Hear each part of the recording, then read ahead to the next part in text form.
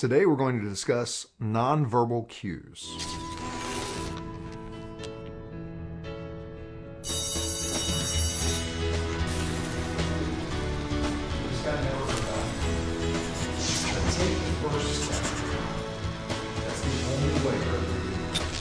So what specifically are nonverbal cues? Quite simply, it's your physiology. It's a part of communication that you express to other people, but also, very importantly, it expresses things to yourself. And we're going to be talking about both sides of this. By the end of the episode, my intention is that you're going to become more aware of what your body's telling you at certain times. And by being aware of it, also share with you a couple of skills that you can use that will allow you to adjust what your body's telling you to allow you to be more resourceful.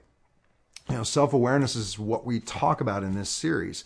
And an important part of self-awareness is knowing when you're on track for where you want to go and when you're not. You know, we've all heard the saying that it's not what you say, it's how you say it. Well, that can be in your communication with your friends, with your family. You know, there are many times where you want to express love to somebody, but you don't do it in the best way possible. Well, why is that?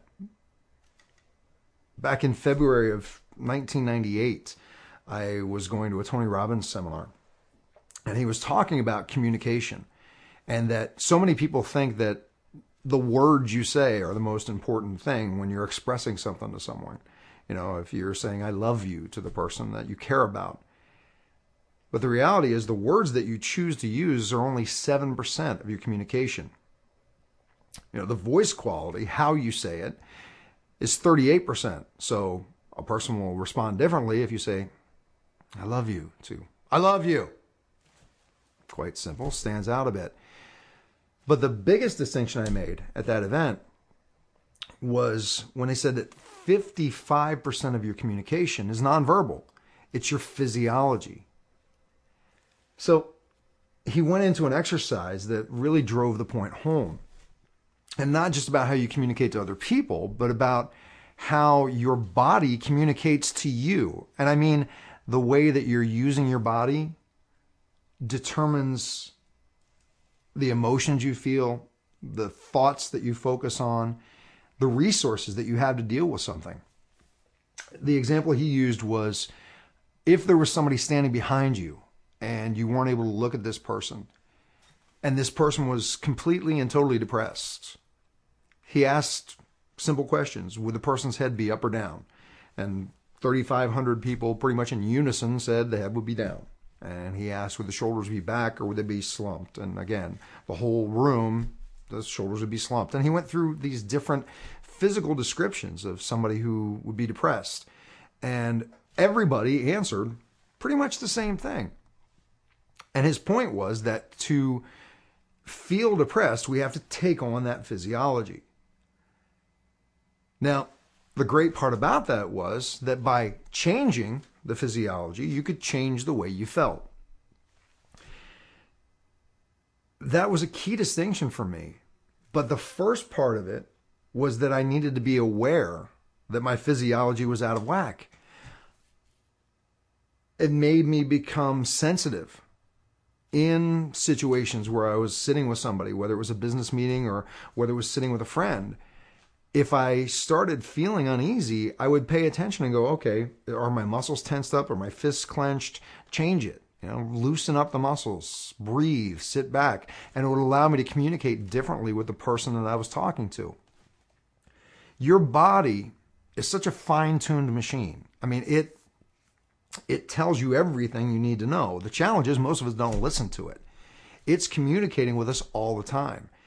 Early on in my journey of self-awareness, there was an acronym that I was given to use, that if I was feeling explosive, if I was feeling off center, if I was feeling out of sorts, I wasn't feeling resourceful, they said HALTS.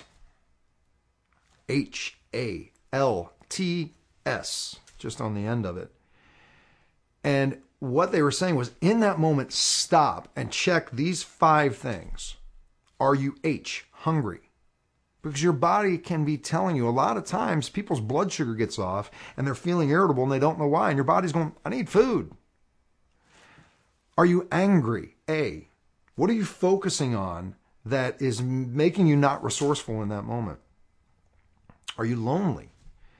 A lot of times we get out of place because we've got all these ideas bouncing around inside of our head, and we really need to talk to somebody about it. You know, we need to communicate, we need to connect. Sometimes you just need a hug, but your body is telling you the things that you need. T, are you tired?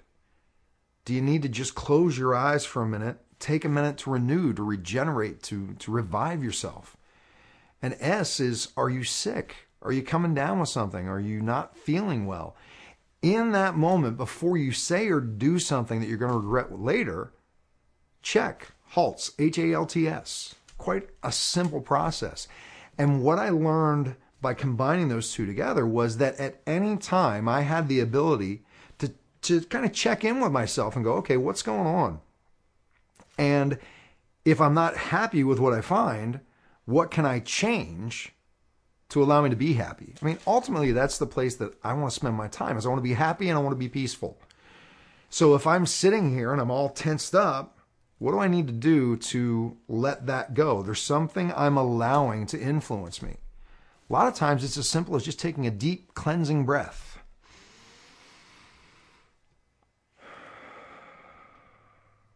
And you can do that in the middle of a business meeting where it doesn't have to be as dramatic as I just did. You just breathe in deeply, you hold it for a couple of seconds, and you exhale. And it'll change the way you feel. Just by doing that, the rest of your body relaxes. Now, why is this important? It's important for a couple of reasons. I'm hoping that your goal and your journey in becoming more self-aware is to, one, be able to treat yourself better, to be able to live a happier and more peaceful life, but two, also to be able to contribute to others in a healthy and empowering way. That's my hope for you. I don't know what your journey of self-awareness is. The importance of these nonverbal cues, from my perspective, first off, is realizing that your body is talking to you. Your body is communicating to you. You know, there was a point where we were filming one of the takes earlier, and before we even started, I felt tension in my gut. My hands were clenched because we were trying something totally new and it was outside of my comfort zone. So I did a breathing exercise before we started to get myself more centered. You can take control. Pay attention. Notice when that gut feeling is tight. Notice when your muscles are tense. Notice when you're sitting slumped or whatever, and change it. So an exercise I want to give to you for the next 7 days, there's two parts to this exercise. One is I want you to build and strengthen that muscle of taking control of how you feel and what you're communicating to other people. So each day I want you to pick a different state, a different emotion that you want to experience. Confidence, happiness, joy, gratitude, pride, whatever the case may be. And just to get used to it, ask yourself, if I was feeling confident right now, how would I hold my head? And put your head in that position. If I was feeling confident, where would my shoulders be? Put your shoulders in that position. If I was feeling confident, how would I breathe? Breathe the way you would breathe when you're confident. And allow yourself to use your physiology to amplify those feelings, and do it for like 5 or 10 minutes just to get used to taking that control. The second part of the exercise is I'd like you to really pay attention and become aware of when your body's talking to you this week.